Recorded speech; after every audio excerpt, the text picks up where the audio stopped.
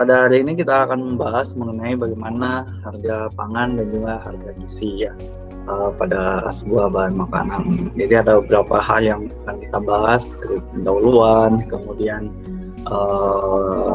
apa saja yang mempengaruhi kualitas pangan, kemudian harga pangan itu sendiri, dan terakhir harga gizi. Baik, kita lanjut pada pertemuan hari ini. Jadi seperti yang sudah saya sampaikan bahwa hari ini kita bahas mengenai harga pangan dan juga harga gizi ya. Berkaitan dengan harga pangan dan harga gizi, sebelum masuk ke materi apa yang dibawakan, terlebih dahulu saya sampaikan kembali mengenai bagaimana hukum permintaan. Teman-teman semua pasti sudah di luar kepala nih mengenai hukum permintaan ya, seperti yang disampaikan pada pertemuan sebelumnya bahwa hukum permintaan berbicara mengenai bagaimana jika harga murah, bagaimana permintaannya ya. Ya, jika harganya murah, permintaan akan semakin meningkat. Begitu pula sebaliknya, jika harganya mahal, maka permintaan berkurang. Nah, dengan kata lain, seperti yang sudah saya sampaikan juga di pertemuan sebelumnya, bahwa hukum permintaan ini berkaitan dengan konsumen ya. Jadi apa yang terjadi pada harga yang ditawarkan itu sangat mempengaruhi perilaku konsumen. Dan pertemuan sebelumnya juga kita sudah bahas mengenai elastisitas dan juga perilaku konsumen. Nah, di hukum permintaan ini sangat jelas jika harga yang murah, permintaan banyak ya.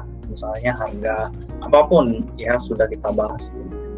Kemudian berkaitan dengan hal itu, ada satu keinginan konsumen yang bisa kita ketahui bahwa dengan harga yang terjangkau, dengan harga yang murah, kita berharap dapat sesuatu yang berkualitas, kualitas bagus gitu ya. Misal kita tidak bahas makanan dulu, misalnya kita ingin membeli kita ingin membeli sebuah laptop ya, atau handphone ya, kita maunya harganya murah namun kualitasnya bagus, mulai dari fitur, mulai dari daya tahan dan seterusnya. Itu pasti, itu tidak bisa dipungkiri, dan itulah sifat manusia ya, selalu mau murah tapi mau bagus dan murah gitu. Nah, seperti halnya dengan barang-barang tadi, makanan pun atau pangan pun demikian, kita ingin pangan yang berkualitas dengan harga yang terjangkau terus murah. Namun pada kenyataannya, realitanya bahwa ya tidak semudah itu ya, tidak segampang itu kita menemukan pangan yang berkualitas dengan harga yang murah atau terjangkau. Jadi kita bisa katakan bahwa kualitas sebuah pangan atau makanan itu sangat berpengaruh terhadap harganya. Jadi ada yang beranggapan pada satu statement bahwa dengan kualitas pangan yang jelek atau rendah, maka kemungkinan harganya juga akan murah. Sebaliknya, dengan kualitas yang tinggi ya, yang baik atau yang bagus, maka harganya akan mahal. Jadi ibaratnya ini berbanding terbalik ya, tidak berbanding terus. Nah, jika demikian, apa sih sebenarnya yang mempengaruhi kualitas pangan? Ya, apa yang mempengaruhi kualitas pangan? Kita bisa lihat di sini apa saja yang mempengaruhi kualitas pangan.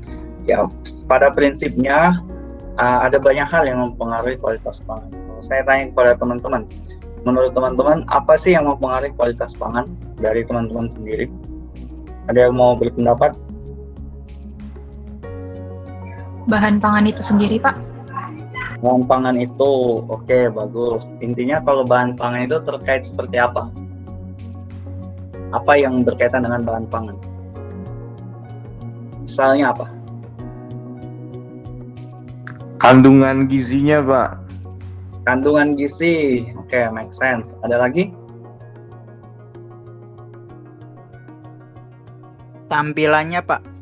Tampilan seperti apa, Bayu? Tampilan kira-kira seperti apa? Apa ya? Dengan misal kalau kita ngebeli bahan pangan gitu ya, Pak, yang di pinggir jalan gitu, yang cuma dijajarin doang, dengan yang di supermarket yang tampilannya lebih bagus gitu, dengan packaging yang lebih bagus, tentu kita bisa ngelihat gitu bahan pangan yang lebih berkualitas itu yang mana secara tampilan. Oke, bisa dikatakan kalau tampilan ini dari segi fisiknya ya, apakah ada busuknya atau tidak, seperti itu ya maksudnya, atau bagaimana? Iya Pak, seperti itu juga dari segi Oke. fisik. Baik. Salah satunya ada lagi? Ada lagi? Tempat penyimpanan, Pak. Tempat penyimpanan. Oke, artinya kemasan ya, wadahnya dan seterusnya. Oke, ada lagi? Cara memperolehnya, Pak, atau memproduksinya. Cara memperoleh atau memproduksi. Oke. Ini bisa contohnya seperti apa kira-kira ya? Saya belum kebayang juga.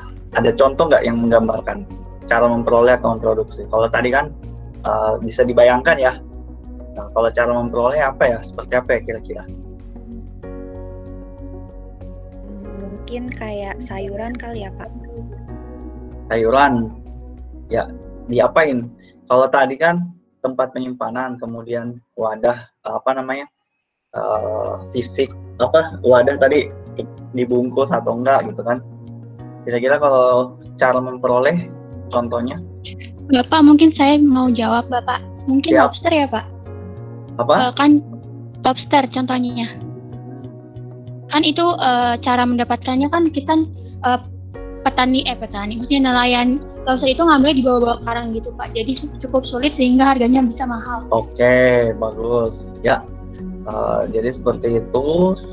Ya, cara memperoleh termasuk dengan distribusi sebenarnya ya. Jadi semakin misalnya cuma ada di Jakarta, tidak ada di Papua. Jadi kalau dibawa ke Papua itu mahal, atau tidak ada kadang ada di Indonesia, tidak ada di Indonesia, ada di luar negeri. Sedangkan masuk ke luar negeri ada dari luar negeri ke Indonesia kadang mahal ya, termasuk biaya pajak dan lain-lain ya, cara memperoleh. Oke, ada lagi? Ya, jadi ada banyak ya yang mempengaruhi kualitas itu sendiri, dan tadi sudah disebutkan juga oleh teman-teman semua. Namun apapun itu, salah satu yang paling berperan seperti yang dikatakan Satrio dan juga tadi bahan pangannya seperti apa adalah zat gizinya itu sendiri. Jadi kalau kita bisa katakan bahwa semakin beragam zat gizi dalam sebuah pangan, maka akan semakin bagus kualitasnya. Dalam hal ini dia memiliki kandungan gizi yang beragam, yang bagus ya, yang bermanfaat intinya ya kan, seperti itu. Nah, kalau berbicara dengan terkait zat gizi, kita semua tahu bahwa zat gizi terbagi menjadi dua ya, zat gizi makro dan juga zat gizi mikro. Zat gizi makro itu apa? Seperti karbohidrat, protein, dan lemak. Sedangkan zat gizi mikro itu vitamin dan mineral. Jadi ya meskipun tidak semua bahan pangan itu mengandung semua bahan ini, semua zat gizi, namun ya ada beberapa yang memiliki banyak kandungan ya, misalnya daun kelor, kemudian buah-buahan itu memiliki banyak vitamin dan mineral ya. Jadi seperti itu. Jadi semakin beragam semakin bagus kualitasnya. Nah, pertanyaan berikutnya adalah ya, sebelum masuk ke pertanyaan berikut, ini sedikit informasi bahwa oleh karena itu konsumen tidak hanya terpaku pada harga bahan pangan tersebut, namun penting untuk mengetahui atau memperhatikan bagaimana zat gizi yang ada dalam pangan tersebut. Oleh karena itu nanti kita akan membahas bagaimana kaitan antara harga pangan dan harga gizi ya. Nanti setelah kita masuk di harga gizi, kita akan bahas contoh-contoh terkait. Nah, setelah ini kita coba masuk ke harga pangan. Nah, di sini harga pangan sangat jelas ya. Harga pangan sama dengan sebuah harga, artinya sejumlah yang harus dibayarkan dalam bentuk uang ya oleh konsumen atau pembeli untuk mendapatkan suatu barang pangan. Dalam hal ini pangan dengan ukuran tertentu. Jadi ya di sini ada kata kuncinya ya, sejumlah yang dibayarkan dan ukuran tertentu. Artinya ada harga, ada satuannya. Misal contoh di sini, kalau saya kasih contoh harga beras ya per kilogram, artinya 10.000 per kilogram, itulah harga pangannya. Kemudian atau digramkan menjadi Rp10. Kemudian ada juga telur misalnya ya, 25.000 per kilogram, itulah harga pangannya. Kemudian ada misalnya buah jeruk ya, 18.000 per kilogram, nah itulah harga pangannya. Kemudian sayur juga ya, 5.000 per 5 ikat gitu ya, atau 1.000 per ikat contoh, itulah harga pangannya. Atau kita membeli nasi goreng ya, menu ya, dalam hal ini menu nasi gorengnya 20.000 per porsi ya, atau 10.000 setengah porsi, itulah harga pangannya. Jadi sejumlah yang harus dibayarkan dengan satuan ukuran tertentu, nah, itu harga pangan. Nah, berkaitan dengan harga pangan tadi, saya ingin bertanya kepada teman-teman, apakah harga pangan ini berpengaruh kepada harga gizinya? Ada yang ingin menjawab?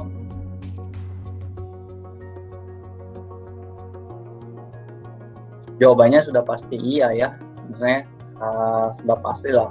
Karena dari mana kita mendapatkan harga gizi kalau tidak punya harga pangan? Jadi untuk mengetahui harga gizi suatu barang harus terlebih dahulu kita mengetahui harga pangannya.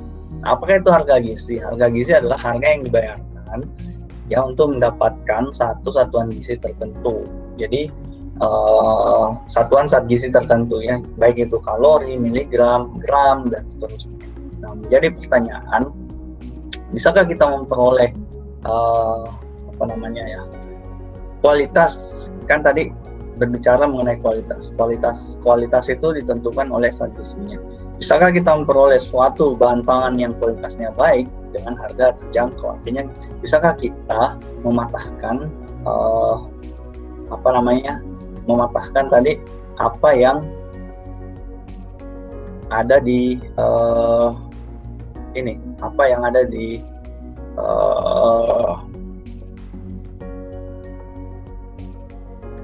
kualitas pangan tadi, bahwa semakin tinggi kualitas suatu pangan maka semakin mahal harganya. Bisakah kita mematahkan hal tersebut? Di sini kan ada sesuatu yang perlu diketahui, bahwa tidak selamanya, ya artinya bisa kita mematahkan. Harga yang tinggi tidak selamanya memiliki kualitas yang baik. Begitu pula sebaliknya, harga yang murah tidak selamanya memiliki kualitas yang tidak baik. Namun biasanya kualitas pangan yang bagus, yang tinggi, memang harganya akan oke, ya, tapi tidak semuanya. Adakah yang bisa memberikan contoh terkait hal ini? Membandingkan dua jenis pangan dengan harga yang berbeda, namun kualitasnya hampir sama. Ada yang bisa memberikan contoh? Seperti apa kira-kira? Kalau yang harga, misalkan nih ada, yang gampang gini aja Pak, ada pizza, misalkan pizza itu harganya selayangnya 120.000, dan itu kan dia belum tentu bagus ya kandungan gizinya Pak. Sedangkan ada nih yang namanya buah apel yang harga satuannya cuma 8.000, sedangkan untuk kandungan gizinya bagusan buah apel daripada pizza gitu. Itu bukan Pak? Oke, nantinya pilihan di sini adalah sehat dan tidak sehat gitu ya maksudnya ya. Iya. Oke. Pak. Oke, baik, terima kasih Satrio. Ada lagi yang lebih apple to apple gitu membandingkannya? Kita bisa ngelihat ada ikan lele gitu yang di sini juga banyak, sama ikan salmon gitu yang harganya lebih mahal. Tapi ternyata ketika dua ikan itu dibandingkan gitu, kandungan gizinya pun bahkan dari ada literatur gitu ya Pak, yang menyatakan bahwa kandungan gizinya lebih kaya lele daripada ikan salmon. Oke, bagus sekali ya. Jadi itu apple to apple ya, membandingkan ikan dengan ikan. Jadi ya meskipun salmon harganya mahal, namun lele kandungan gizinya yang murah itu tidak kalah jauh gitu ya. Dengan makanya tadi di sinilah nanti kuncinya bagaimana kita menentukan bagaimana manfaat dari harga gizi itu tersebut. Daging bisa di-compare sama apa nih daging? Sama apa kira-kira daging sama apa ya? Telur ayam ya. Anggaplah telur ayam yang jauh lebih murah gitu ya. Kalau ayam masih di atasnya telur ayam ya kan. Atau bisa lah compare sama ayam. Oke, sama ayam. Jadi ya dengan jumlah protein yang kurang lebih sama, ya kandungan zat besi mungkin sama, ya namun harga yang berbeda. Kalau kita mau melihat yang signifikan perbedaannya, ya kita bandingkan dengan compare dengan telur ya. Telur berapa sih ya? Ya dalam satu telur dalam bobot yang sama, misalnya sama-sama 40 gram ya, misalnya satu potong daging dan satu butir telur, ya mungkin harganya tidak jauh berbeda. Harga gizinya mungkin sedikit lebih murah telur lah, tapi kandungan gizinya lebih sama, gitu kan, seperti itu. Jadi ada banyak ya. Nanti kita akan bahas di harga gizi. Oke. Jadi di sini sudah bisa disampaikan bahwa meskipun tadi di awal kita sebut semakin bagus kualitas, harganya akan semakin tinggi. Itu pula sebaliknya ya. Kalau sebaliknya tidak bisa dipungkiri, jika kualitasnya tidak bagus, ya siapa sih yang mau beli? Artinya dia harganya lebih murah. Gitu. Nah, namun ini teman-teman penting untuk mengetahui hal ini, bahwa tidak selamanya hal itu terjadi ya. Jadi bisa jadi ada barang dengan kualitas yang bagus tapi harganya terjangkau, misalnya tadi ya ikan lele atau versus ikan salmon, atau daging versus telur. Jadi hal-hal yang seperti itu. Nah, ini juga membantu kita seorang ahli gizi dalam melakukan edukasi ya. Jadi misalnya tidak mungkin dong misalnya ada ibu hamil yang kurang energi kronik atau KFP ataupun anemia, kita anjurkan dia untuk makan daging sementara dia berada di tanda kutip ekonomi ke bawah. Jadi tidak mungkin kita menganjurkan, kita cari yang apple to apple yang setara tapi harganya terjangkau. Jadi inilah kenapa kita pentingnya juga membahas ekonomi pangan, khususnya harga biaya bahan pangan itu untuk bagaimana kedepannya kita memberikan yang terbaik kepada klien kita. Ya, seperti kalau punya pacar, kita selalu memberikan yang terbaik ya, namun kita tidak mau mengeluarkan ongkos yang lebih besar gitu ya, kecuali memang punya banyak uang ya. Kalau punya banyak uang apapun ya, mobil mewah dibelikan ya. Ada nggak sih yang belikan mobil mewah pacarnya di sini? Kalau ada, saya mau dong jadi pacarnya. Nggak boleh gitu ya. Oke, baik, kita lanjut teman-teman. Tadi sudah mengenai harga pangan ini tadi kan harga pangan, sekarang ke harga gizi ya. Ya, tadi harga gizi adalah harga yang dibayarkan untuk mendapatkan satu satuan zat gizi tertentu. Misalnya harga protein, berapa rupiah sih per 1 gram protein, atau harga energi, berapa rupiah sih per 1 kilokalori ya, seperti itu. Nah, ini ada rumusnya jelas di sini ya. Jadi harga zat gizi itu sangat dipengaruhi oleh harga pangan tadi, dan juga jumlah zat gizi yang ada di dalamnya. Jadi ditentukan oleh harga dan jumlah zat gizi. Bagaimana rumusnya? Rumusnya adalah harga pangan dibagi dengan jumlah zat gizi. Saya rasa teman-teman sih sudah tahu, sudah paham, karena saya lihat di kuis itu sudah hampir ya, lebih dari 60% menjawab benar di kuis. Jadi ini saya yakin teman-teman sudah paham semua bagaimana menghitungnya. Ya, jadi prinsipnya harga bahan pangan dibagi dengan jumlah zat gizinya. Namun untuk menentukan harga pangannya dan untuk menentukan jumlah zat gizinya itu harus dikonversi terlebih dahulu.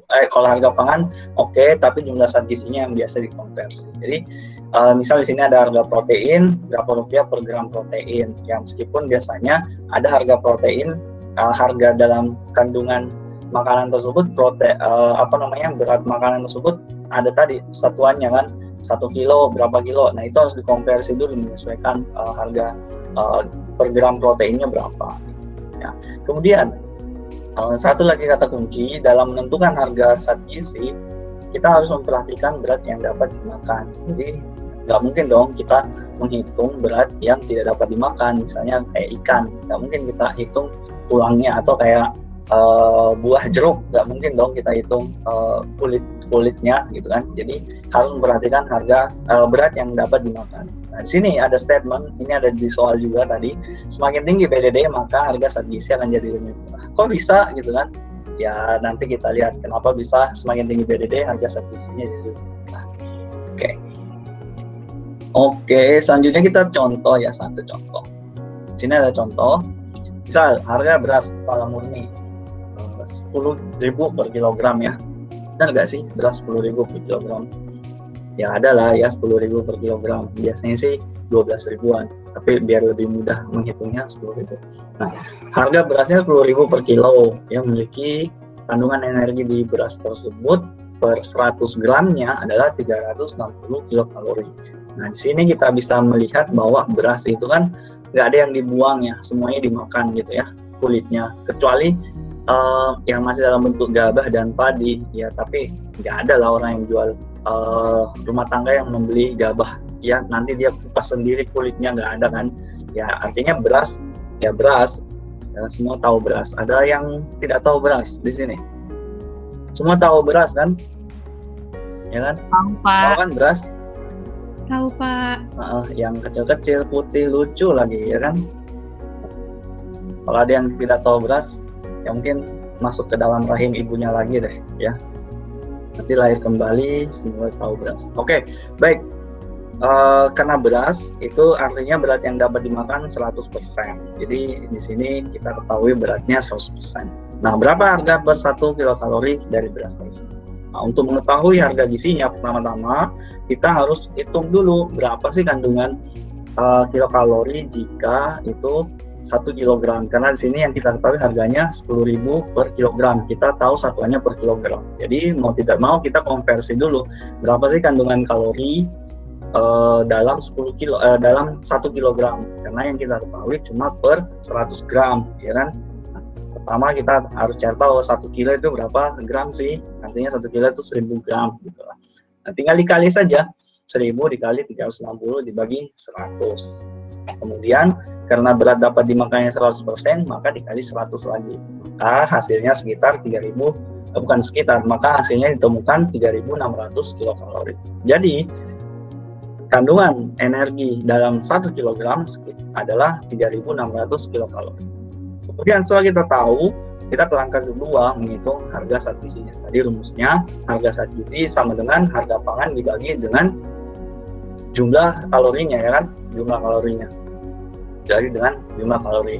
Jadi kita langsung bagi saja di sini 10.000 dibagi 3.600 kilokalori sama dengan 2,78 rupiah per kalori. Jadi harga zat gizi untuk beras ini menjadi 1 kilokalorinya adalah 2,78 ya rupiah. Itu harga zat gizinya. Nah, untuk apa nanti harga zat gizi tadi nanti ada di slide berikutnya. Ini contoh. Nah, kalau misalnya nih BDD dalam beras ini cuma yang bisa dimakan cuma 90%, maka ini nanti dikali 90% ya. Jika ini dikali 90%, maka ini hasilnya pasti akan lebih kecil ya, lebih kecil. Nah, jika pembaginya lebih kecil, maka harganya akan apa? Akan meningkat ya kan? Makanya tadi dikatakan semakin tinggi BDD-nya, maka harga zat gizinya akan semakin kecil ya. Karena kenapa? Karena zat gizi BDD itu menentukan jumlah zat gizi yang ada dalam makanan tersebut, pangan tersebut. Nah, sedangkan untuk menghitung harga pangan itu untuk menghitung harga gizi, harga pangan dibagi jumlah zat gizinya. Jadi jika semakin kecil pembaginya, hasilnya akan semakin besar ya. Seperti itu. Paham ya sampai di sini ya? Nah, kalau nggak paham, saya suruh masuk ke rahim ibunya lagi, terus keluar lagi belajar. Oke, selanjutnya contoh berikutnya ya. Ini ada contoh kedua. Anggaplah BDD. Contoh kedua ini berkaitan dengan BDD yang tidak 100%. Jadi di sini ada harga 1 kg jeruk 18.000. Kita ingin mengetahui bagaimana harga vitamin C per 1 mg dari jeruk tersebut. Sedangkan kandungan vitamin C dalam 100 gram jeruk adalah 30 mg. BDD-nya 80% ya, jadi tinggal dikali. Sama langkahnya, pertama berapa sih kandungan vitamin C dalam 1 kilo? Ya, prosesnya sama, cuma di sini kita kalinya BDD-nya 80%. Nah, selanjutnya setelah kita tahu berapa 1 kilo, langsung lagi dimasukkan ke rumus untuk harga gizinya. Ya, harga pangan dibagi dengan kandungan gizinya. Dapatlah Rp75 per miligram. Jadi, harga gizi vitamin C per miligramnya dari jeruk adalah 75 miligram. Nah, nanti kita bisa compare dengan semua sumber-sumber vitamin C. Misalnya di-compare dengan semangka ataupun apapun bahan pangan lainnya. Nanti bisa kelihatan tuh dengan harga yang sekian, dengan jumlah kandungan vitamin C-nya sekian, ya itu akan bisa terlihat, ya. Jadi di sini bisa dikatakan bahwa apa namanya ya, bukan BDD tadi sudah dibahas. Apa ya, bukan, tunggu, saya tiba-tiba gara-gara tiba-tiba hujan gitu, saya jadi blank gitu, kepikiran yang lain. Tiba-tiba di sini hujan. Oh ya, sorry. Jadi kalau kita lihat di sini bahwa BDD jeruk itu 80% ya. Nah, sebenarnya kandungan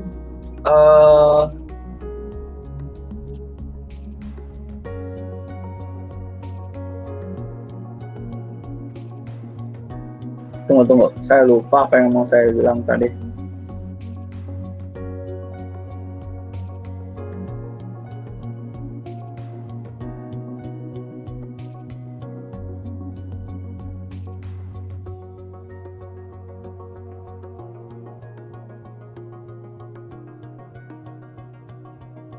Oh ya, dalam menentukan nilai gizi ya, nilai gizi per 100 gramnya. Nah, kadang kita ingin, misal dalam satu menu itu ada telur misalnya 40 gram. Nah, itu kan telur utuh ya, sedangkan BDD telurnya itu cuma 80% misalnya.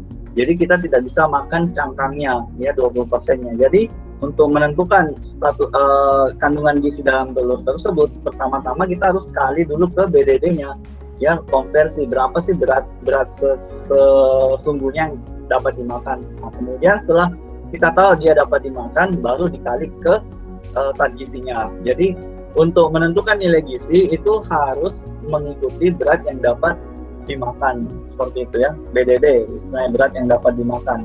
Jadi jangan langsung misalnya nih makan pisang ya, makan pisang, kita timbang pisangnya, yang ditimbang pisang utuh gitu, belum dikupas kulitnya. Ya itu kan tidak semuanya bisa dimakan ya kan. Sementara kalau kita menghitung jumlah zat gizinya, kadang ya kita tidak ingat apakah itu beratnya yang dimakan 100% atau enggak gitu kan. Jadi secara tidak langsung harus dikali dulu berapa konversinya. Jadi misalnya kalau pisang anggaplah kulitnya 20%, 80% adalah isinya. Jadi dikali 80% saja dulu untuk menentukan berapa sih yang dapat dimakan. Nanti setelah didapat angka gram yang dapat dimakannya, baru kita hitung konversi zat gizinya berapa. Ataukah kalau mau mudah ya dikupas dulu semuanya baru ditimbang gitu kan. Tapi kadang kita menimbang di awal, mentahnya yang kita timbang ya kan. Biasanya seperti itu. Kalau buah ya, kalau ikan juga kadang seperti itu. Ikan kan agak susah ya. Misalnya ikan kan ada tulangnya ya, ada tulang ikan biasanya. Jadi kalau kita timbang biasanya utuh, ikannya utuh kan. Jadi harus kita konversi dulu berapa sih yang bisa dimakan dari ikan tersebut, baru nanti dihitung zat gizinya. Ya, biar tidak terjadi over atau underestimate untuk menghitung zat gizinya. Ini di luar pemahaman ini ya, cuma sekedar berbagi kepada teman-teman. Biasa kita aplikasikan di recall, biasa juga kita aplikasikan di konseling ya, untuk record dan lain di survei konsumsi lah biasanya pengetahuan ini. Oke, ini tadi terkait dengan BDD ya. Baik, selanjutnya apa sih kegunaannya, kenapa sih kita perlu menghitung harga zat gizi? Jadi dapat menjadi alternatif pangan,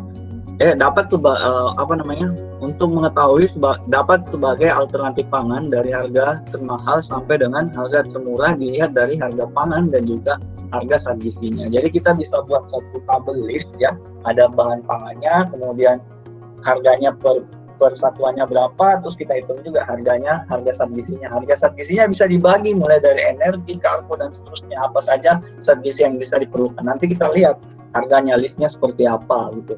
Kemudian untuk menghitung biaya sebuah menu yang dibuat untuk memenuhi kebutuhan gizi sejumlah zat gizi yang berasal dari jumlah pangan yang diketahui, harga pangan dan zat gizinya. Jadi kita bisa menentukan nih berapa rupiah sih zat gizinya dari menu tersebut. Jadi misal ada nasi goreng, ya kita bisa hitung berapa sih harga gizi dari nasi goreng ini ya, mulai dari satu persatu kita hitungnya kan, harga mulai dari nasi, kemudian kalau pakai telur harga telurnya dan seterusnya. Kemudian bagaimana berkaitan dengan perencanaan menu yang mensyaratkan faktor kandungan zat gizi dan biaya tertentu. Biasanya kita ambil kita disuruh untuk membuat sebuah produk, ya, ditentukan maksimum kalorinya sekian namun harganya sekian gitu. Jadi itu yang menjadi kegunaan dari harga gizi. Ya, saya rasa itu teman-teman yang bisa saya sampaikan mengenai harga pangan dan harga gizi. Sehat selalu, ya, jaga kondisi, tetap makan makanan bergizi dan berolahraga. Baik, terima kasih semuanya. Assalamualaikum warahmatullahi wabarakatuh.